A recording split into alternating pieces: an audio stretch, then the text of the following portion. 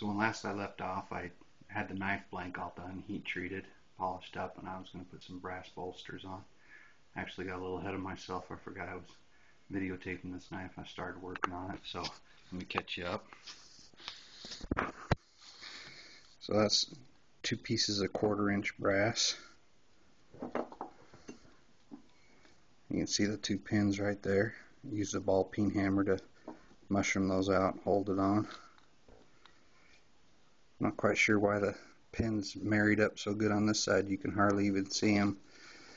On this side, they're a little bit more visible, but that's how it works sometimes. Then I scored this up just so the epoxy will have something to bite onto. I'm going to use for the handle material is some feathered maple I picked up in Oregon. It's really pretty wood. It's got a whole bunch of cool grain details. And that's what I'm doing next. Here's the table saw. I got the fence set, so it's cutting it about 1/2 inch thick. That's as thin as my fence will do it, so we'll have quite a bit of sanded once I cut this.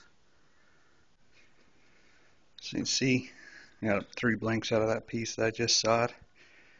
I'm just trying to pick 2 out with the most interesting grain pattern. I think I like that one right there.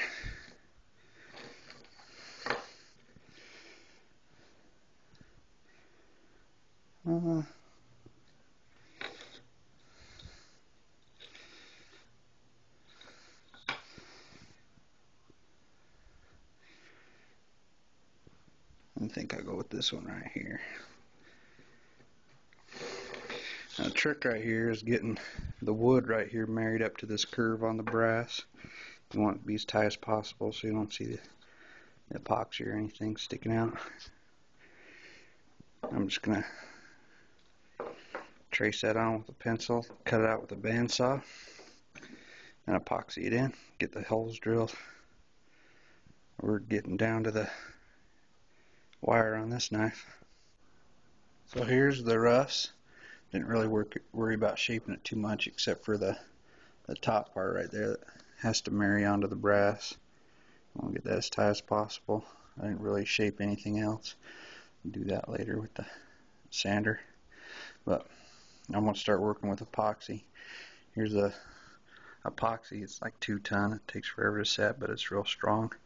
Best friend of someone using epoxy is a popsicle stick, rubber gloves, and blue tape. I don't know how many times I've messed up a project because I got epoxy on it and then I had to sand it off and then I scratched stuff. So I'm gonna tape over my brass here, my steel here, and get that on. There's 2 ways you can do it. You can kind of clamp it on and then do the drill holes all at once all the way through, but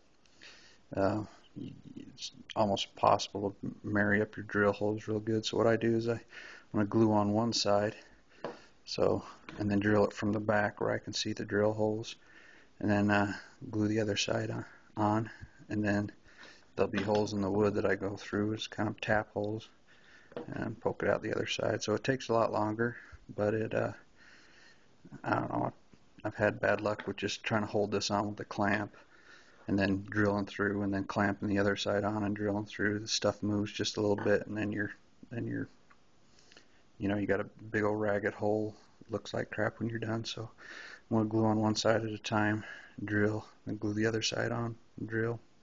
So you're going to spend a lot of time curing and stuff, but that's what PlayStations are for, right? Alright, I'll get back with you.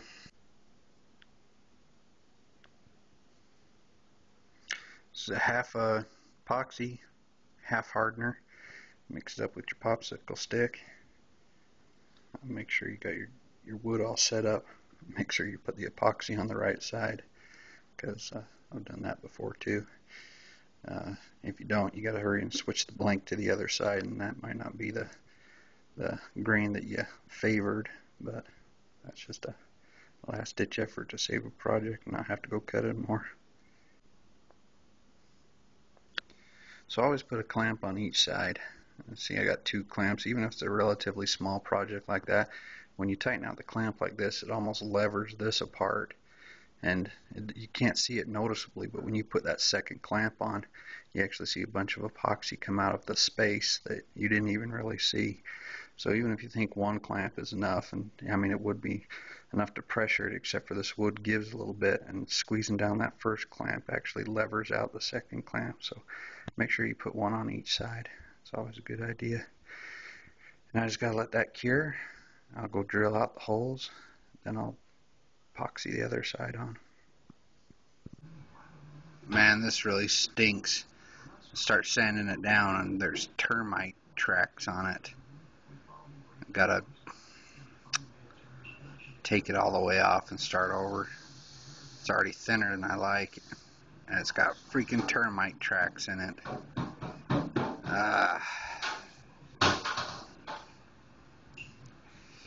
Well, I guess we start over. So here we are after we had to pull the old scales off because of those termite tracks. So discouraged after that. I just want to do a little quick, this is why you make the scales way thicker than you know you're going to need. And look at all that extra slack I got on there. But when you punch those drill holes, a lot of times you end up with some stuff like that. That's not even going to be a problem for me because I'm going to end up sanding a ton of this away. Don't worry. It seems like some of the mistakes I made have been because I tried to save a nickel on material, and I end up, instead wasting the 10 hours I spent on the knife. So give yourself plenty of slop room. You can see that there's no way I'm going to even use a half of that thickness, but when I get some stuff like this, I'm glad I did. That big old chunk of it, I don't know if you can see it on the video, but it's pretty deep. But when you look at the thickness, it's not going to be a problem. It's going to all go away.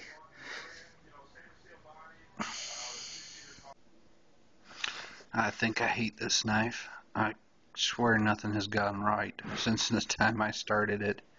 So I was just putting the pins in. I'd already sanded it down, got it kind of a pretty rough shape, and putting the pins in, and they were binding a little bit in the wood. So I grabbed what I thought was my 1/8 inch drill bit to loosen it up a little bit. These are 1/8 inch pins, and instead I grabbed one size up, and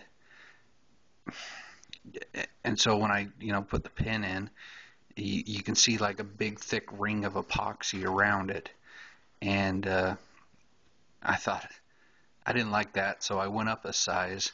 These are like 3/16 or 3/16 I think, one size up anyway. So I decided to cut new brass and drill new holes. What I did not take into account was that I had heat treated this metal now, so it started chewing up drill bits.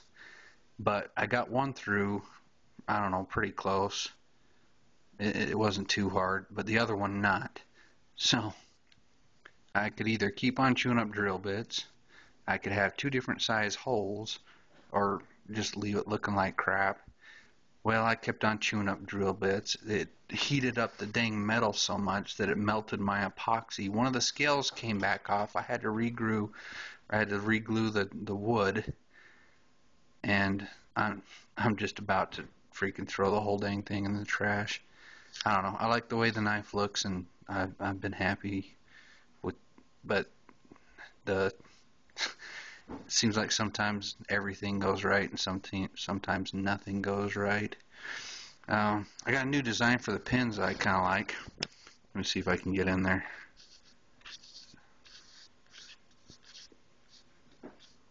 You can't really see it. I'll go grab the pin and show you. Looks pretty cool. I usually use like a brass tube with 3 little round dots, but this time I did something different. So here's my decorative pin. I make my own. It's just a big, 5/16 brass tube. And then through the middle, I put 2 1/8 inch brass rods. And I usually put 3 in there. It fits in pretty tightly. But this time there's like these little tiny pieces of angle brass. I don't know what purpose the store was serving them for. I can't think they were to make decorative knife pins for me. But that's what I used it for. You can see I got a little triangle going up, a little triangle going down, and then 2 brass pins. Almost like looks like an angry old guy or something. But yeah, that's my new design for decorative pins. Alright, I'll get back when the epoxy dries again for the 3rd time, because I put it on the 1st time, sanded it down, got those stupid termite tracks in the wood, re-epoxied, re-sanded it, and then melted my epoxy because I was drilling so much it heated up. And here's my 3rd time at setting. So after it sets, I'll sand it up and we'll do all the finish work. Really, this isn't usually the most tough part of the knife, you know, the getting the finish bevel on the blade and getting it all pretty, and then the final finish on the wood is usually what's hardest. This step right here usually hasn't kicked my butt too bad, but it sure has on this one. Hey, it's me. I'm sitting here at the post office. I almost sent this knife away without getting a video of the finished product. I figured that would have been a little anticlimactic, so here it is, all done. This one has been a trial, to say the least. Everything from the pins going the wrong side to the epoxy failing when I had to drill on it, heat it up, and termite tracks in the first set of scales I put on. Yeah, I'm kind of glad this knife is over. I like the finished product, but some of them have been funner than others, and this one here has not been fun. I think I showed you the new pin design that I did. It's away from the knife. Here it is on the knife. It's 2 rods and 2 pieces of angle brass that I just kind of stuck in there in a mosaic. I finished the wood here with linseed oil, which gives it a nice color, and the more coats of linseed oil you put on it, the darker the wood is. This wood's got like dark accents, and I found that those were darkening and the rest of it wasn't, so it was kind of swirled. It was kind of cool. But after it, I put a kind of hard oil on. I used True Oil, which is a gunstock oil, just to give it that finished luster, and also it protects it a little bit because it's kind of hard. And then I buff it with a little bit of Carnauba wax. So there's the finished thing. Sorry for the messy backdrop. I'm not very cleaning my car, but brass bolsters. It's a full tang knife.